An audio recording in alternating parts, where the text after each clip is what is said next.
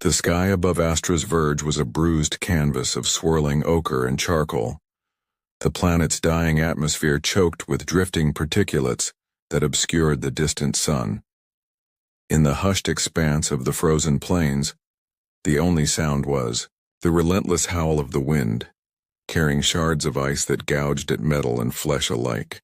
Beyond the horizon lay the settlement of New Lumina, a patchwork of rusted domes and make-do habitats, powered by sputtering reactors whose dwindling energy reserves cast long shadows across the snow-crusted streets.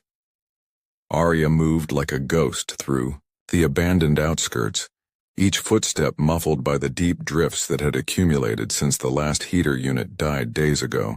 Her breath came in ragged puffs, each exhale crystallizing into tiny diamonds that clung to her parka's collar. In her arms she cradled the only warmth left in her life, her infant daughter, Lyra. The child's cheeks were pinpricks of red against the pale wool of her undershirt, and her tiny fists beat weakly against Arya's chest, searching for the heat that would stave off the encroaching frost. They had scavenged what they could. A half-empty water canister from a collapsed supply cache, 2 nutrient bars whose edges were already softening in the cold, a single thermal blanket, passed to Arya by the midwife who had fallen to hypothermia just hours before. But now, there was nothing left but this. Nothing but the endless plain and the roaring gale that threatened to snuff out the small flame of life that trembled in Arya's arms. Her boots struck against a half-buried remnant of a communications array. An antenna mast snapped at its base, wires plastered with ice. She knelt beside it, brushing her gloved hand over the jagged metal. Once they had dared to dream this tower would call out to orbiting ships, that rescue would arrive and carry them away from Astra's frozen hell. But the tower had fallen, silent weeks ago, its power cell depleted, its transmitter dark. Tonight she would join it in silence. Arya tucked Lyra's head against her shoulder, feeling the child's warmth ebb with every strained heartbeat. She whispered a lullaby in the ancient tongue of her homeworld, a memory from before the Exodus, before war and decay. Her voice quavered with exhaustion. Sleep, my starshine. Night is cold and long. Dreams of fire and dawn will lead you, safe and strong. As the last notes faded into the whistling wind, Arya's eyes stung with tears. There was no dawn for them here. The colony's reactor had suffered a critical failure in the core days ago. The backup engines were failing one by one. Supplies were gone. Hope was gone. She rocked Lyra gently, whispering promises she could not keep. I'm so sorry, my love. Mama can't do this anymore. The wind's howl swelled and Arya closed, her eyes against the biting gust. She drew from her pack a small vial of sedative, an emergency ration for unbearable pain, and crushed its contents between 2 metal plates. Mixing the powder with the last of her water, she brought the mixture to her lips and swallowed. Dizziness followed almost immediately, a gentle haze that numbed her thoughts. Lyra whimpered, a soft sound that pierced Arya's heart more sharply than any blade.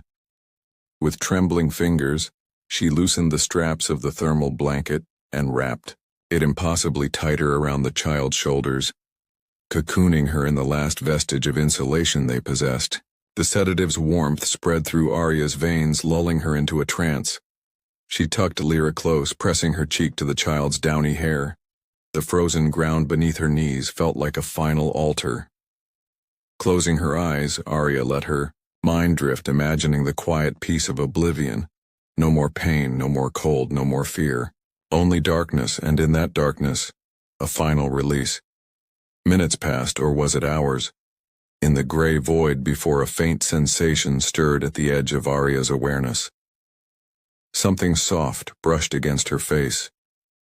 It wasn't the wind. It was warmth. A gentle, radiating warmth that felt almost alive. Her eyelids fluttered. Light danced at the edge of her vision. copper threads weaving through the dim. She blinked, confusion rising like bile in her throat. The wind's roar had dimmed to a distant whisper. The snow no longer stung against her skin. She could see shapes now. A figure kneeling beside her, cloaked in a battered flight suit, helmet visor raised to reveal a stranger's face. He held a device in his hands, a torch-like cylinder with a glowing core. Flames of amber light flickered along its edges, casting a protective halo. In his other arm, he cradled Lyra, pressing the baby's small frame against a panel of heated coils integrated into his chest plate. Arya's heart stuttered. She tried to call out, but no sound emerged. Panic fluttered in her chest as she fought the sedative's lingering grasp. The stranger turned toward her, eyes bright with concern. "Keep your eyes closed," he murmured, voice low and steady. "You've been out for too long." He placed the torch at mid-height, its warmth radiating in a broad arc that enveloped them both. The cold seeped out of Arya's limbs, replaced by a gentle heat that spread from her core to her fingertips. She shivered, but this time it was from relief, not fear. He lowered Lyra into Arya's arms, careful not to jostle the child. "She's safe," he said. "You're safe." His tone was unwavering, a lifeline in the void. Arya blinked down at Lyra, whose cheeks were no longer ghostly but flushed with life. The baby smiled, cooing softly as if awakened from a pleasant dream. The stranger met Arya's gaze, and in his eyes she saw not just concern, but recognition. "I tracked your beacon," he explained. "Your signal was fading fast. I followed it here." Arya tried to speak, but a sob caught in her throat. The warmth, the light, the presence of another being, all of it felt impossibly distant, like a dream she dared not touch. Yet here he was, the stranger, the savior who had torn her back from the edge. She swallowed, finding her voice at last. Why did you come?" He offered her a small, weary smile. "No one deserves to die alone." And in that moment, as Arya pressed Lyra's small head to her heart and felt the stranger's warmth wash over her frozen limbs, she realized that hope had not died on Astra's verge. It had only been waiting, like a spark in the dark, for someone to breathe life into it when the world slipped away beneath a blanket of white. Arya's last conscious thought was the lullaby she'd sung to Lyra, each note a fading ember against the onslaught of cold. The sedative's haze claimed her swiftly, pulling her under until silence reigned. In that void she felt weightless, no hunger, no pain, only the slow rhythmic beating of her own heart, distant and faint. But even in that numbed oblivion, something stirred. A faint pulse of warmth like a wounded creature's breath brushed her cheek. It pushed at the ice that had claimed her lungs, coaxing life back into her limbs. She drifted toward it, clinging to the sensation as though it were a lifeline. Even as the haze fought to pull her deeper into unconsciousness, a crackling hum cut through the muffled roar of the wind. It vibrated through her bones, waking her gradually. Her eyelids fluttered and warmth flooded her senses. It was soft at first, a tender glow beneath her skin, then a comforting blaze that chased the cold from her chest to her toes. Confusion rippled through her fogged mind. Where was she? Why was she not frozen? Arya's eyes opened to a world transformed. The howling gale had receded into a distant drone, and the frigid gray sky no longer seemed so oppressive. Her breath came in steady warm puffs. Blinking against the glare of amber light, she raised a hand to shield her eyes and froze. A man knelt before her, cradling in one arm her daughter, Lyra, wrapped in the crimson thermal blanket. In his other hand he held a cylindrical torch, its core glowing with molten heat. Tendrils of copper flame danced along its housing, casting long shadows across the drifted snow.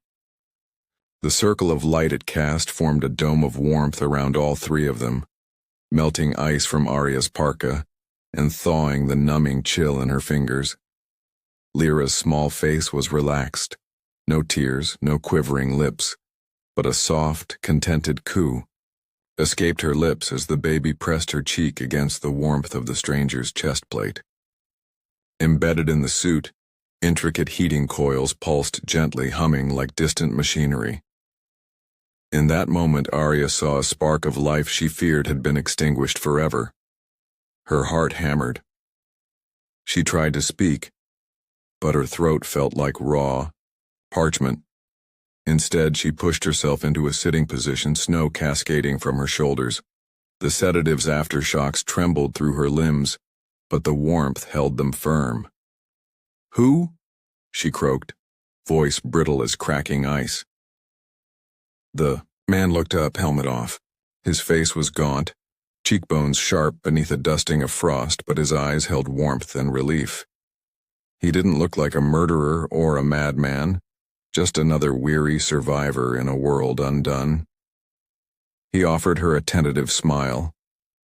"Easy," he said. His voice was low, surprisingly gentle. "You've been exposed for nearly 2 hours. You were close to hypothermia's final stage. I couldn't leave you." Arya's gaze flicked to Lyra.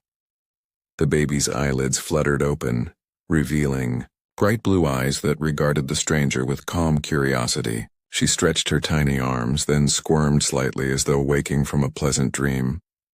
The man rose to his feet, still holding Lyra.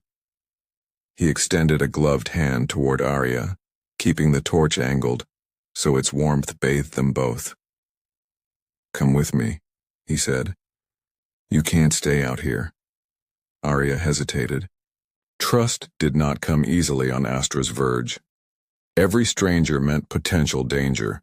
Raiders, scavengers, the desperate willing to kill for a handful of nutrient pellets. Yet she felt no fear, only gratitude, an emotion so foreign it nearly unseated her. She slid to her feet, swaying until the warmth steadied her. The flame's light made the world seem less hostile, more forgiving almost.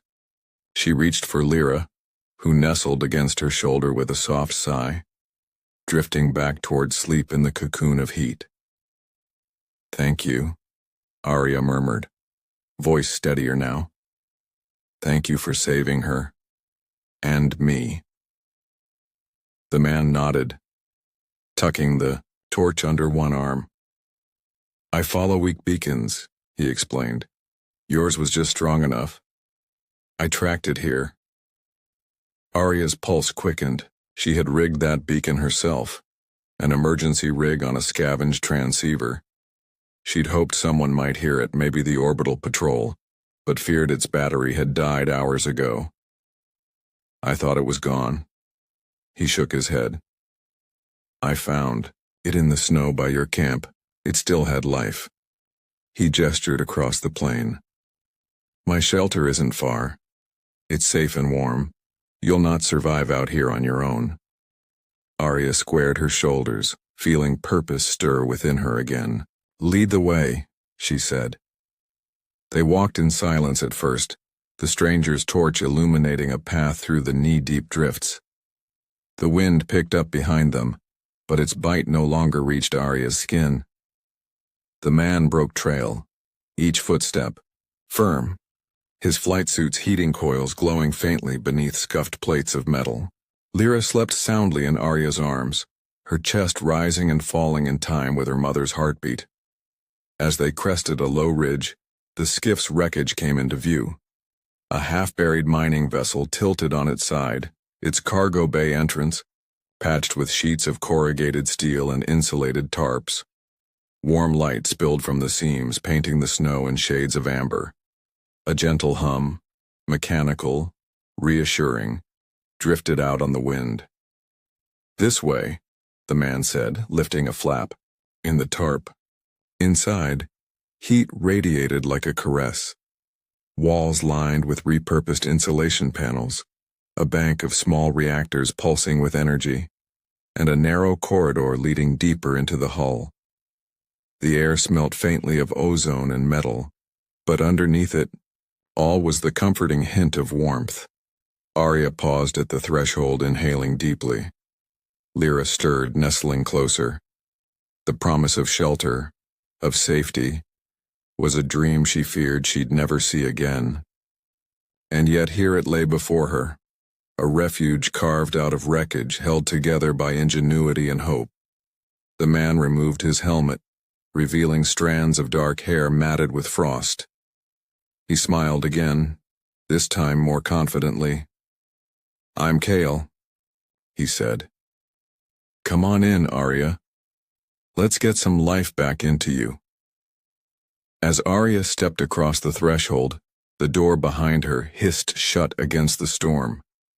Outside, Astra's frozen plains waited, relentless, unforgiving. But inside this battered skiff, warmth bloomed, chasing away the shadows of death. By the time Arya regained full strength, her limbs thawed and her mind clear, the interior of the skiff had become a humming nexus of activity. Flickering panels cast long shadows over junction boxes patched with alien alloys. Steam hissed over makeshift pipes that fed into a common manifold. In one corner, rows of nutrient cartridges were stacked like bricks, their contents harvested from an experimental hydroponic array. In another, Lyra lay swaddled in a heated cot, breathing softly beneath a dome of warm, filtered air. Kale moved. Beside a tangle of conduits, the glow of his torch now clipped to his belt, its flame reduced to intermittent sparking tests. "Our power situation," he began, rubbing gloved hands together, "is stable for now. These reactor cores," he gestured to 3 cylindrical modules humming low, "are scavenged from the mining hub. They'll keep us alive for days, maybe a week. But after that, we go cold again." Arya nodded, stepping forward. She recognized the design at a glance. Earth-born fail-safe reactors modified for Astra's low temperatures. On New Lumina, she had worked as a reactor technician, overseeing core calibrations and thermodynamic simulations. All that expertise felt distant. Yet as she watched Kale's careful work, something stirred inside her. A spark of purpose. "I can help," she offered quietly. "Configure the cores for the geothermal feed." His head snapped up, surprise and relief mingling in his gaze. "You'd do that?" She pulled up a stool beside him. "We have no choice. I saw your maps. There's a fault line 15 kilometers, northeast. If we can tap into it, we can divert enough heat to power a lift system, enough to launch Nightingale off the planet." Kale exhaled, wiping sweat from his brow despite the chill.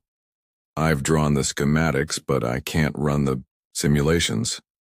The coupling equations need fine-tuning, or we risk overloading the reactors, or worse, triggering a local seismic event." Arya opened a data pad, its screen casting a soft blue pallor across her face. The interface displayed fractal diagrams of the fault's thermal gradients and the reactor's plasma conduits. With careful fingers, she adjusted coupling coefficients, recalculating flow rates and containment field frequencies. Outside, the storm howled against the hull. Inside, time slowed to each tap and scroll. "Containment loop at 19.4. She murmured, eyes fixed on the equations. "No, at 20.1. That'll keep shear stress under tolerances while maximizing heat exchange." Kyle watched her work and then, almost reverently, said, "Arya, you've done this before." "I've done it on simulations," she admitted. "Never in the field. But with this design, we'll be drawing nearly 40 megawatts from the fault. Enough to sustain lift thrusters, life support, and send a distress beacon that can reach orbit." Behind them, Lyra stirred and began to cry. a sharp, insistent sound that cut through the technical hush. Arya scooped her up, pressing the baby to her shoulder where a vest of micro-heating patches glowed faintly. "It's okay, sweet," she whispered. "Mama's got this." Cradling Lyra, Arya stood and addressed Kyle. "We need to prep the conduit interface. The drill heads and plasma cutters go online at dawn. I'll calibrate the field injectors around the borehole. Can you secure the rig?" He nodded, energy renewed. "I'll rally the crew." Kale tapped his comlink, and through the network of skiff-mounted relays a chorus of responses crackled. Engineers confirming gear status, medics checking nutrient lines, pilots calibrating mini-drones for geological surveys. When the chatter subsided, Kale turned back to Arya. "Whatever happens, you saved me back there. Now it's my turn." She managed a tired smile. "We save each other." They worked side by side through the long night, their breath steaming in the heat-ricocheted chamber. Arya soldered sensor arrays to the drill module, while Kale reinforced, mounting plates and ran diagnostic loops. Lyra slept on, safe in her mother's arms, oblivious to the mechanized ballet unfolding around her. Outside, the storm battered the hull, but inside the skiff's heart blazed with purpose. Here, amid twisted metal and humming reactors, hope took shape, not as a fragile wish but as steel-forged resolve. When dawn broke, an impossible promise of pale light through thick clouds, Arya stepped to the viewport, Lyra perched on her hip, and watched as Kale's team rolled the drill rig into position. The world beyond was still cold, still gray, but for the first time it felt less like a tomb and more like a battleground they could win. "Ready?" Kale called out, voice echoing. Arya nodded, brushing a strand of hair from Lyra's forehead. "Let's give Astra a tomorrow." The morning air tasted of metal and ice as Arya, Kale, and their small crew trudged toward the fault line. A shallow gale swept over the plain, peeling away heat like skin from bone, but each of them carried a lifeline. The flexible thermal conduit Arya had designed, its woven fibers threaded with superconductive alloy and insulated with layers of xenogel. They pulled the spool behind them on a sled. One reel would carry the reactive coolant, another the power feed back to the skiff. Lyra rode on Arya's back, swaddled in her mother's parka and nestled against an exoshell backpack that housed extra heating cells. The child's eyes flashed with curiosity as she watched the pale rocks flash past, their surfaces fractured by unseen pressures. Arya felt a tremor underfoot, a faint crackle through her boots. The fault was alive and restless. "Feeling that?" Kyle asked, voice muffled by his mask. He pointed ahead where a jagged crevasse yawned in the ice, the walls stained red by iron-rich sediments. "That's our target." They paused at the edge. Steam hissed from fissures deeper in the crust, painting the air in swirling veils. The geological drones hovering overhead emitted soft chirps as they mapped subsurface temperatures. Their translucent rotors carved trails in the pale light. Arya crouched, brushing her gloved hand over the icy lip. Even through her glove she felt the pulse, 57 degrees Celsius less than a meter below. "Perfect," she whispered, eyes alight. She handed Kale a handheld scanner. "Mark 2 meters down, then clear the perimeter for the bore." He flicked a switch, and a beam of cobalt light traced an outline on the ice mapping the drill's path. Tallis, the lead engineer, hefted the drill head into place. It was a marvel of adaptive tech, a diamond-tipped column that could spin at hypervelocity, injecting a stream of plasma-charged gas to fracture rock. Arya checked the coupling plates she had soldered the night before, ensuring their electromagnetic fields would lock perfectly with the conduit. "Interface is secure," she called. Ready on my mark. The wind rose, scattering ice crystals, like starlight. Lyra yawned sleepily, her breath fogging the inside of the exoshell canopy. Arya offered her a fingertip to suck, an old comfort ritual that coaxed a giggle even in the cold. Kyle smiled at the sound. Mark, Arya said in two. Her calm Toulouse activated the drill. The world shook as the column spun up, humming a deep frequency that resonated through bone and metal alike. Sparks flew as plasma torches carved into the crevasse's lip, shaving away the icy crust until the drill bit first rock. A cloud of steam hissed, then more as the heat reacted with subterranean moisture. Arya monitored the gauges, conduit temperature rising, flow rate stable, pressure within tolerances. Good. Keep it steady, she instructed. Kale and two others braced the rig's supports, their boots planted firm against shifting ice. Then came the first tremor, a low grumble that became a roar. The ground buckled, ice fractured in a spiderweb of cracks. The rig shuddered. Talus's eyes widened as the drill jolted, sparks arching red and blue. Shut it down, Arya shouted, but the tremor intensified. The conduits rattled like snake tines in a cage. Kyle lunged forward, gripping the control panel, slamming the emergency kill. The drill groaned to a halt, but the reprieve was brief. A shard of plasma, conduit, an alien alloy they'd scavenged, splintered under the stress, erupting in a gout of white-hot energy that lashed the ice. The blast threw everyone backward. Arya crashed against a snowbank. Lyra's cry pierced through the clamor. Kyle was on her in an instant, lifting her clear as another wave of tremor cracked the crevasse wide. The ground split beneath her feet, steam hissing through newly opened vents. Above, the drones veered off course, some tumbling into the crevasse, their lights extinguishing in the dark. Arya struggled to her hands and knees, pain lancing through, her side where she'd hit a chunk of frozen rock. She reached for Lyra's pack, but her vision blurred. Everything melted into white noise. The scream of ice, the hiss of steam. Kale's voice calling her name. She tried to blink the dizziness away. Lyra, she rasped, but the world tipped, and darkness claimed her again. When she next stirred, the antiseptic taste of medicated gel filled her mouth. Blinking, Arya found herself strapped to a thermal cradle inside the belly of Nightingale's hull.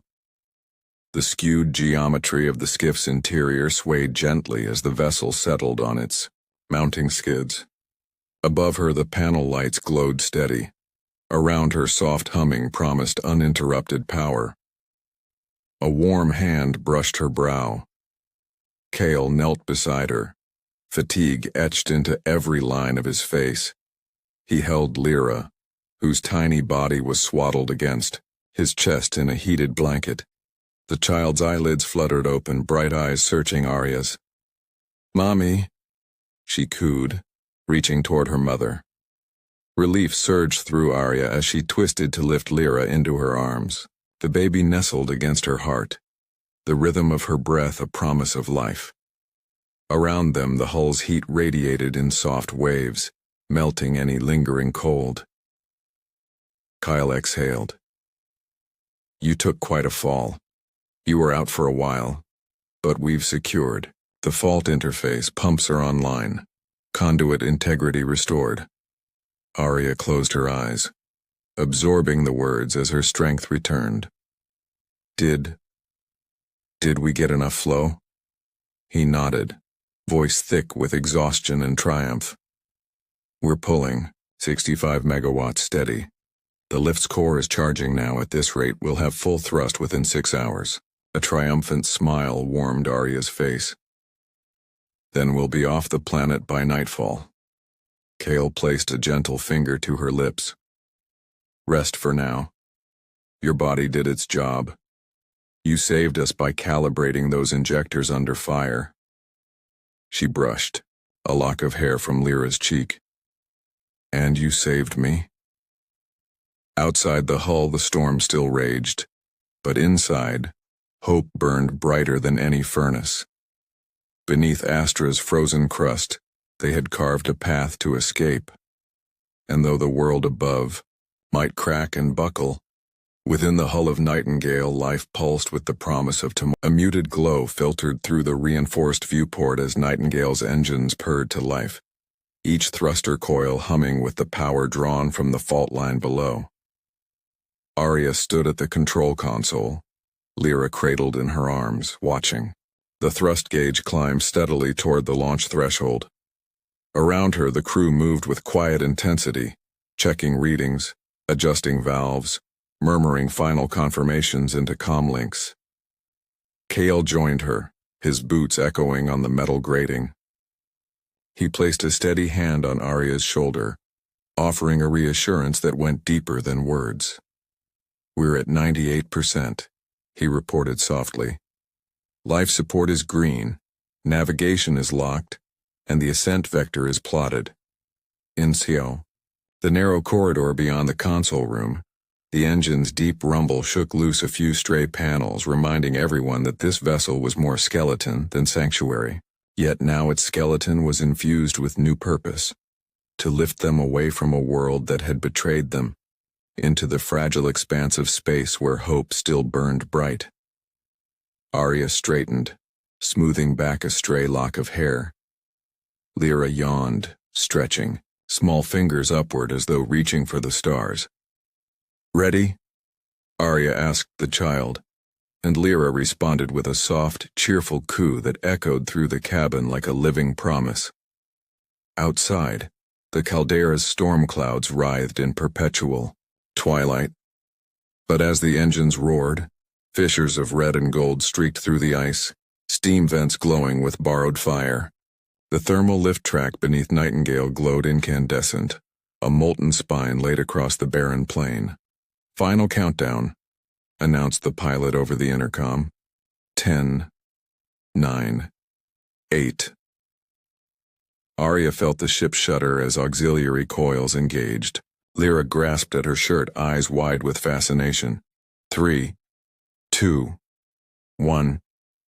A thunderous surge beneath them. The hull trembled, then lifted, wheels retracting from the rails as Nightingale rose on a pillar of superheated gas.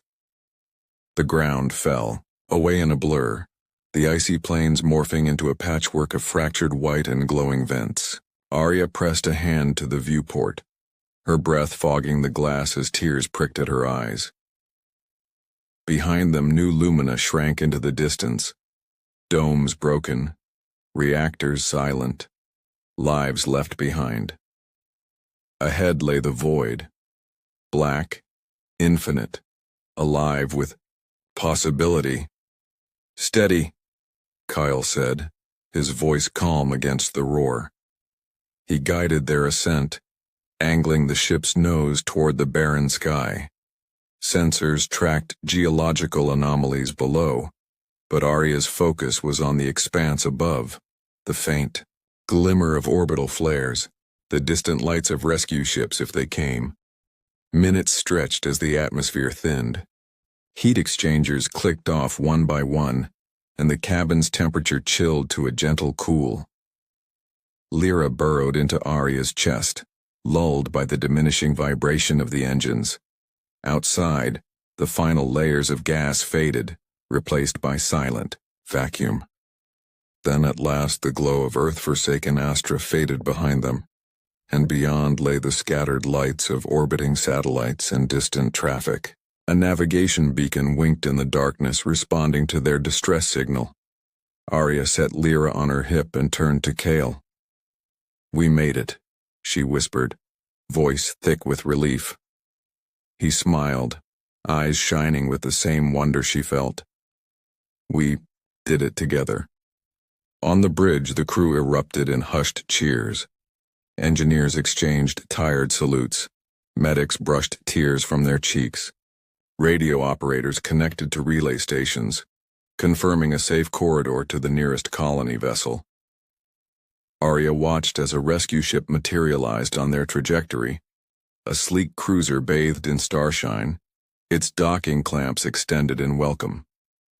She felt Lyra stir, her small hand grasping Arya's thumb, as if sensing the magnitude of this moment, the end of one journey and the beginning of another. As the cruiser closed in, Kyle reached out and took Arya's hand, their fingers intertwining. Over the console, the hush of space enveloped them, a vast canvas on which they could draw new dreams. Lyra cooed again, gazing at the star-lit void with bright eyes. Arya kissed her forehead, the warmth of hope igniting within her chest. Home, she breathed. And in that single word lay the promise of all that had been lost and all that was yet to come.